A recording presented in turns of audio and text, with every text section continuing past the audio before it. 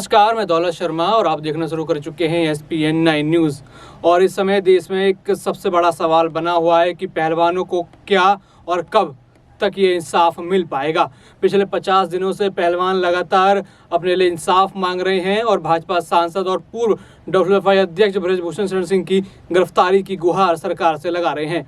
इस बीच जो है 2 दौरों में बैठक हुई, जिसमें पहले दौर में केंद्रीय गृह मंत्री अमित शाह और पहलवानों के बीच बैठक हुई, जिसके बाद पुलिस ने ताबड़तोड़ एक्शन लिया और बृजभूषण शरण सिंह के यूपी वाले घर पहुंचे और दिल्ली वाले घर पहुंच गए। नौकरों से पूछताछ की और उनकी पत्नी से भी पूछताछ की गई। उसके बाद दूसरे दौर की बैठक केंद्रीय खेल मंत्री के साथ हुई, जिसमें पहलवान शामिल थे और वहाँ पे भी जो है आश्वासन दिया गया है कि 15 जून तक पहलवानों का मसला सुलझा लिया जाएगा, जिसमें उनको 15 जून तक अपना आंदोलन स्थगित करना होगा और पहलवान इसके लिए मान भी गए।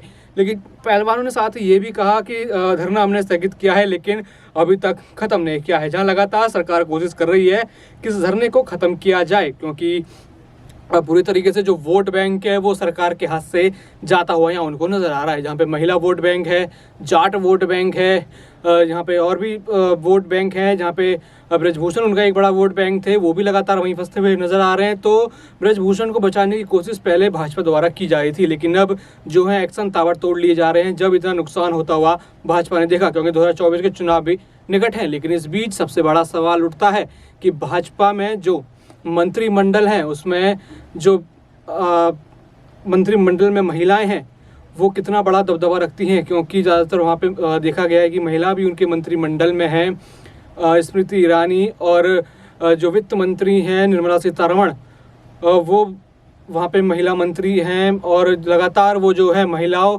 के लिए आवाज़ उठाने की बात करती हैं। बेटी बचाओ बेटी पढ़ाओ का जब भी नाम आता है तो वो सबसे आगे आकर मोदी जी की इसके ऊपर तारीफ करती हैं। लेकिन जब बात महिला पहलवानों की आई, जब बात उनके ऊपर नेता के लगे आरोपी की आई, तो ये दोनों जो हैं मंत्री पूरी तरीके से चुप दिखाई दी। और एक केंद्रीय राज्य मंत्री हैं मीनाक्षी लेखी, वो तो मीडिया से भागती हुई नजर आई। ये वीडियो वायरल हुई थी कि किस तरीके से वो मीडिया के सवाल पूछने से भागती हुई नजर आई और अपनी गाड़ी में बैठकर चली गई। आखिर क्यों? जब भी कोई विपक्ष महिलाओं के लेकर कुछ बोलता है, छोटी सी भी बात कह देता है तो सड़क पे उतरकर बखेड़ा हो जाता है। लेकिन यहाँ तो जो है सीधा सीधा यौन शोषण के आरोप उनके नेता के खिलाफ लगे हैं।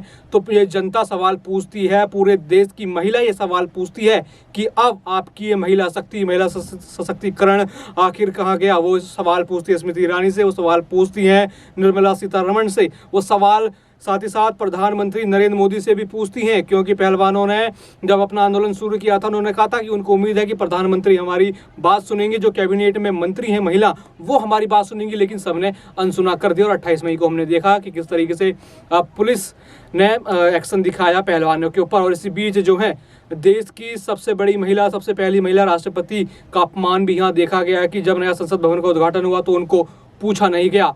यहाँ देखा जा रहा है कि बेटी बचाओ बेटी पढ़ाओ का जो ये सिंबल है, जो ये लोगो है, कहीं ना कहीं खतरे में आ रहा था। लेकिन अब यहाँ पे दिख रहा है कि जो है केंद्र सरकार अब पहलवानों की तरफदारी कर रही है और अपने नेता को आड़े हाथ ले रही है। लेकिन सवाल अभी भी यही बना रहेगा, क्योंकि इन पहलवानों के साथ देश की सभी महिलाएं जुड़ी हुई हैं कि आखिर इन केंद्रीय मंत्रियों ने, इन महिला मंत्रियों ने पहलवानों का साथ क्यों नहीं दिया। आखिर क्यों ये आवाज़ उठा के जो है पहलवानों के साथ नहीं है। और पहलवान भी लगातार उम्मीद कर रहे थे कि राष्ट्रपति भी उनके साथ आएंगे और बाकी महिला मंत्रिमंडल साथ आएंगे, लेकिन साथ नहीं आया। साथ आया खाप पंचायत, किसान नेता राकेश टिकैत और बाकी अन्य विपक्ष। और जो साथ उन्होंने दिया उसके बाद देखा गया कि सरकार घुटने टेकती नजर आई। 2 दौर में बातचीत हुई और पहलवानों की बात सुनी गई। 15 जून का अल्टीमेटम दिया गया है। अब देखते हैं 15 जून के अल्टीमेटम के बाद क्या होगी पहलवानों की स्थिति और किस तरीके से इंसाफ मिलेगा। और जो पहली मांग उनकी है कि बृजभूषण शरण सिंह की गिरफ्तारी हो, क्या वो पूरी हो पाएगी। और भी ऐसी खबरों को जानने के लिए देखते रहिए SPN9 न्यूज़।